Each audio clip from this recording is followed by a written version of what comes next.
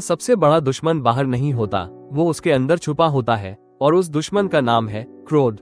भगवद गीता में श्री कृष्ण ने क्रोध के परिणाम को सिर्फ 4 पंक्तियों में समझा दिया।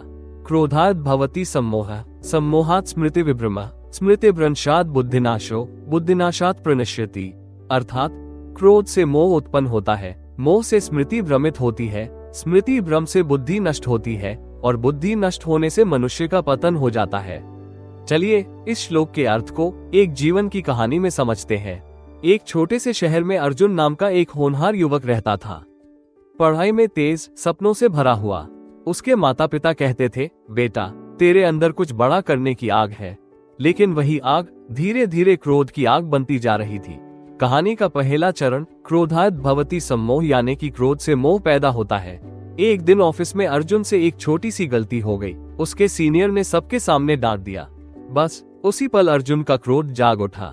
उसकी आंखों में गुस्सा था, कानों में सिर्फ अपनी बेइज्जती की आवाज। अब उसे ये दिखाई ही नहीं दिया कि सीनियर सही भी हो सकता है। क्रोध ने उसे मोह में डाल दिया। उसे लगा मैं सही हूँ, दुनिया गलत है। दूसरा चरण सम्मोहात् स्मृति विभ्रम यानी कि मोह से स्मृति भ्रमित होती है।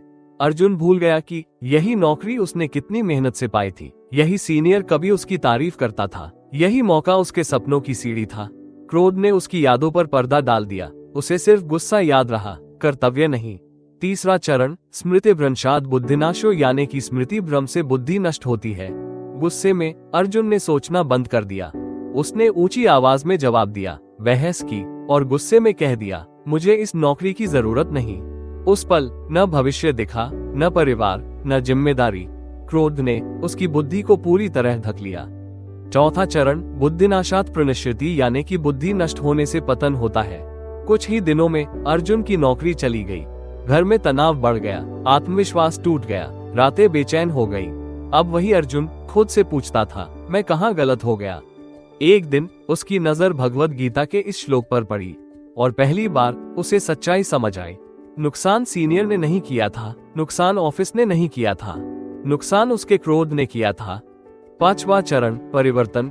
अर्जुन ने खुद से एक वादा किया, अब वह गुस्से में निर्णय नहीं लेगा, बोलने से पहले रुकेगा और क्रोध को अपना मालिक नहीं बनने देगा। धीरे धीरे उसने खुद को संभाला और जीवन को दोबारा दिशा दी।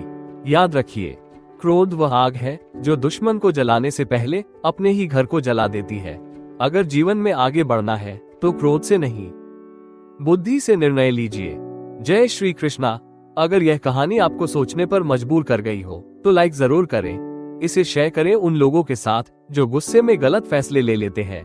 और ऐसी ही अर्थपूर्ण कहानियों के लिए चैनल को सब्सक्राइब करना न भूलें।